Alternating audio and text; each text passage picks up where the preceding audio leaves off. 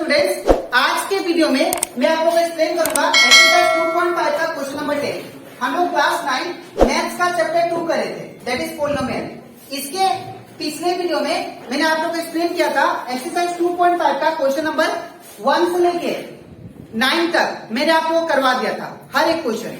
और इसी के साथ साथ हम लोग इस चैप्टर 2 का आप लोग को एक्सरसाइज 2.1 से लेके 2.4 तक जितना भी क्वेश्चन था वो सारा एक्सप्लेन कर दिया। ठीक है, तो अगर आपको सारा क्वेश्चन अच्छे से सीखना है तो आप लोग उसको मेरे YouTube चैनल में देख सकते हो। ठीक है, इसी के साथ साथ हम लोग अभी तक क्लास 9 मैथ्स का चैप्टर 1 और रिवीजन चैप्टर वो मैंने आप लोग को अच्छे से करवा दिया है। ठीक है, अगर उसमें का कोई भी क्वेश्चन अगर आपको डाउट लगे तो आप लोग उसको मेरे YouTube चैनल में देख सकते हो और वो मैंने एज ए प्लेलिस्ट उसको अपलोड कर दिया।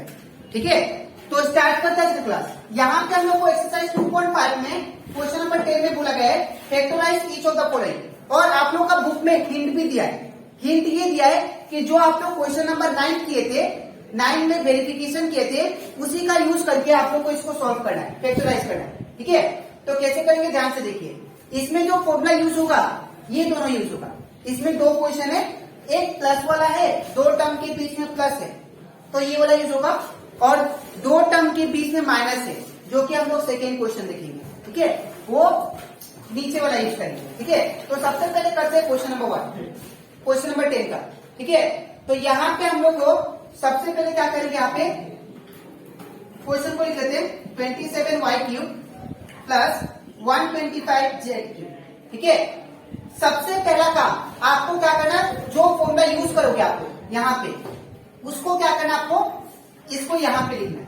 तो आपको कौन सा फॉर्मूला यूज करोगे, इन दोनों में से ये वाला, that is x³ plus y³ is equal to x plus y x² minus xy plus y²। ठीक है, अब आपको क्या करना है, ये पहला जो टर्म है इसको आपको ब्रेक करना है। ठीक है, तो पहला टर्म दैट इज 27y³ को ब्रेक करते हैं। तो अगर मैं 27 को ब्रेक करूं तो 27 कैसे ब्रेक होगा, आप लोग एलसीएम कर लेना। तो 3 9 जा 27 एंड 3 3 जा 9।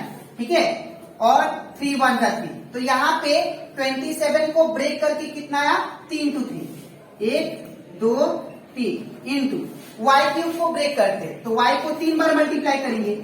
ठीक है ना, अब 3 2 में से 1 2, 3 2 में से 1 2, तो ये जो वैल्यू आया ये किसका वैल्यू आया, आप लोग का x का वैल्यू।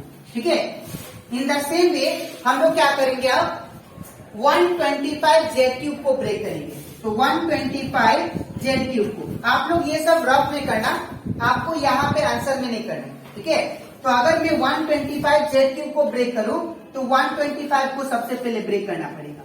तो इसको लास्ट में 5 है तो किससे करेंगे, 5 से। तो 5 2 जा 10 एंड 5 5 जा 25, फिर 5 5 जा 25, फिर 5 1 जा 5। ठीक है, तो यहाँ पे 125 को ब्रेक करके कितना आया, 3 2 5 आया। ठीक है, और यहाँ पे क्या है, z³ है तो z³ को 3 बार लिखेंगे। ठीक है, अब 3 2 में से 1 2 लिखना है, 3 2 में से 1 2 लिखना है। तो ये जो वैल्यू आया ये किसका वैल्यू है, दैट इज y का वैल्यू। ठीक है, तो जब आप लोग x और y का वैल्यू जब फाइंड कर लोगे आपको क्या करना है, सबसे पहले इसमें पुट करना है। ठीक है, जब x और y का वैल्यू इन दोनों को तोड़ के ब्रेक करके आ जाए तो आपको क्या करना है, वो x और y का वैल्यू इस फॉर्मूला में पुट करना है। ठीक है, इस साइड जो राइट साइड है। ठीक है, तो यहाँ पे क्या है, x प्लस y है तो x का वैल्यू क्या है, 3y प्लस का प्लस y का वैल्यू, तो y का वैल्यू की जगह पे क्या पुट करना है, 5j, तो 5j ब्रेकेट x का स्क्वायर, तो x का वैल्यू क्या है, 3y, तो यहाँ पे क्या होगा 3y का स्क्वायर। ठीक है, माइनस का माइनस, x का वैल्यू क्या है, 3y, तो एक बार 3y कुछ नहीं मतलब इंटू साइन, y का वैल्यू क्या है, 5j, तो यहाँ पे 5j प्लस का प्लस, फिर y का स्क्वायर बोला तो y का वैल्यू क्या है, 5z, तो यहाँ पे 5z स्क्वायर। ठीक है, अब ये वाला सेम होगा 3y प्लस 5z। अब ये जो स्क्वायर बाहर आपको दिखाई दे रहा है ये दोनों का साथ इंटू होगा, तो 3 का स्क्वायर कितना होगा, 9 एंड y का स्क्वायर y², माइनस का माइनस, अगेन 5 3 का कितना होगा, 15 and y into z yz, plus का प्लस, अब ये स्क्वायर भी दोनों का साथ होगा तो 5 का स्क्वायर 25 एंड जेड का स्क्वायर जेड स्क्वायर।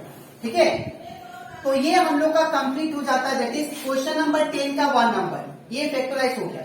तो आई होप आप लोगों को क्वेश्चन अच्छे से क्लियर हो जाएगा। ठीक है, अब इसके नेक्स्ट स्लाइड में मैं आप लोगों को समझाऊंगा क्वेश्चन नंबर 10 का 2 नंबर। ठीक है, तो इसके बाद करते हैं क्वेश्चन नंबर 10 का 2 नंबर। यहाँ पे भी हम लोग सेम करेंगे, that is 64n³ minus 343n³। सबसे पहला बात, इसमें फॉर्मूला कौन सा यूज होगा? तो इन दोनों में से जो फॉर्मूला यूज होगा वो होगा दैट इज 2। बिकॉज क्यों? बिकॉज इन दोनों टर्म के बीच में क्या है? माइनस है, इसलिए हम लोग ये वाला point number 2, formula number 2 use करेंगे। ठीक है, तो सबसे पहले आपको क्वेश्चन को लिख लो, 64n³ माइनस 343n³। ठीक है, सबसे पहला काम आपको क्या करना है, जो फॉर्मूला यूज करोगे आप लोग उसको लिख लो। तो दैट मीन्स यहाँ पे हम लोग सेकेंड वाला यूज करेंगे, इसको लिख लेते हैं। तो x³ minus y³ is equal to x minus y under bracket x² plus xy plus y²। ठीक है ना। अब आपको क्या करना है, यहाँ पे इसका सेकेंड स्टेप क्या था, आपको ये दोनों टर्म को क्या करना है? तोड़ना है। ठीक है, तो मैं सबसे पहले 64n³ को तोड़ता हूँ। तो जब मैं 64n³ को तोड़ूंगा तो यहाँ पे एलसीएम करना पड़ेगा 64 का। तो मैं करता हूँ 4 से, 4 1 जा 4, 4 6 जा 24, अगेन 4 4 जा 16, अगेन 4 1 जा 4। ठीक है, तो दैट मीन्स 64 को ब्रेक करके क्या आया? 3 to 4 आया। तो यहाँ पे क्या होगा? 3 to 4। ठीक है, इंटू m का क्यूब दिया, तो m³ मतलब 3 बार m लिखेंगे। ठीक है, अब नेक्स्ट क्या दिया? That is 343n³। तो 343n³, तो 343 को ब्रेक करता हूँ। तो जब मैं 343 को ब्रेक करूंगा तो ये किससे जाएगा? दैट इज 7 से।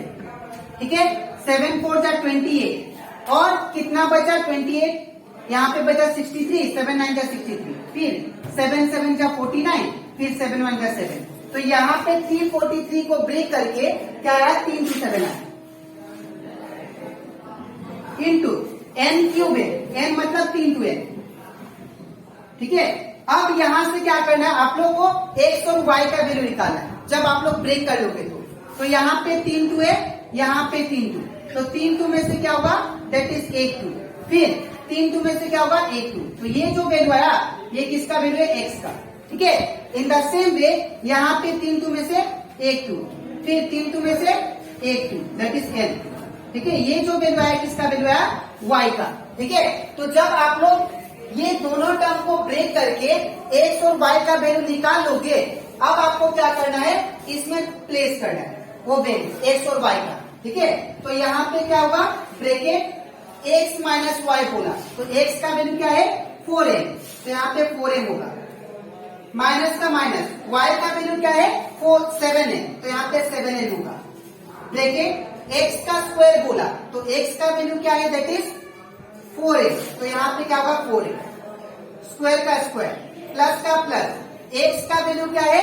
दैट इज 4a, तो यहाँ पे 4m इंटू y का वैल्यू क्या है? 7 है, यहाँ पे 7 है, प्लस का प्लस, ब्रैकेट y का स्क्वायर बोला, तो y का वैल्यू क्या है? 7 है, तो यहाँ पे 7n स्क्वायर। ठीक है ना, और ये ब्रैकेट क्लोज। ठीक है, अब आपको क्या करना है? ये तो सेम टू सेम होगा, और इसका ये जो बाहर स्क्वायर है ये दोनों का साथ मल्टीप्लाई होगा, तो 4 का स्क्वायर कितना? 60, और m का स्क्वायर m स्क्वायर, प्लस का प्लस, अब ये 4 7 जा कितना? 28, m into n mn, plus का प्लस, और ये 7 का स्क्वायर कितना? 49, और n का स्क्वायर कितना होगा? That is n square. ठीक है, तो ये कंप्लीट हो जाता है हमारा क्वेश्चन नंबर 10 का 2 नंबर। ठीक है, तो आज के वीडियो में आप लोग को एक्सप्लेन किया, that is question number exercise 2.5 का क्वेश्चन नंबर 10 का 1 and 2। ठीक है, तो आई होप आप लोग क्वेश्चन अच्छे से क्लियर हो जाएगा। ठीक है, अब इसके नेक्स्ट वीडियो में मैं आप लोग को एक्सप्लेन करूंगा, that is question number exercise 2.5 का क्वेश्चन नंबर 11। ठीक है, तो अगर आपको क्वेश्चन नंबर 11 सीखना अच्छे से, तो आप लोग इसका नेक्स्ट वीडियो के लिए वेट कीजिए। ठीक है, तो आज के लिए इतना ही, मिलते हैं नेक्स्ट वीडियो में।